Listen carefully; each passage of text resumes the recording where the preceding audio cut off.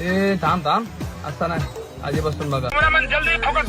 भंडाऱ्यांच्या वडापावपासून केली आजच्या ब्लॉगला सुरुवात. घंटाभर घातलेल्या कपड्यावर चिखलाचा डाग उरून मला घंटा फरक नाही पडला, कारण कपडे ताई धावणार आहे. मग तसाच गेलो पटेल मार्ट मध्ये, घेतला थोडा सामान. तिकडूनशा गेलो डायरेक्ट पेट्रोल टाकायला. मिनी घेतलेली निसर्गाची मजा घेत, कारण की श्वास घ्यायला एवढी मजा येत होती. मजा घेत होतो तर माझ्या डोक्यावर ठेमणे, पण समोर पाण्याची झोड. मग तसाच युटर्न मारला ना पाण्याची माझी रेस लागली. शेवटी जिंकला पाणी आणि मला सगळा वाला गेला. पालसाच्या पानान काय नाही झाला तर कावलांच्या खाली आलो. ईशानी माझी दशा बघून उचकला दरवाजा कॅफेचा. जरा जास्तीच गोरा झालतो म्हणून चार्ली मला बघून झाली हैराण. जास्त वेळ न वाया घालवता घेतली खायावर झोड. कॅफे बोलला म्हणजे जोडपं आलं आणि या जोडपं बघून मी एकटा असल्याचा मला बाद झाला, पण एकटा नसून तिघी जणी होत्या साईडला.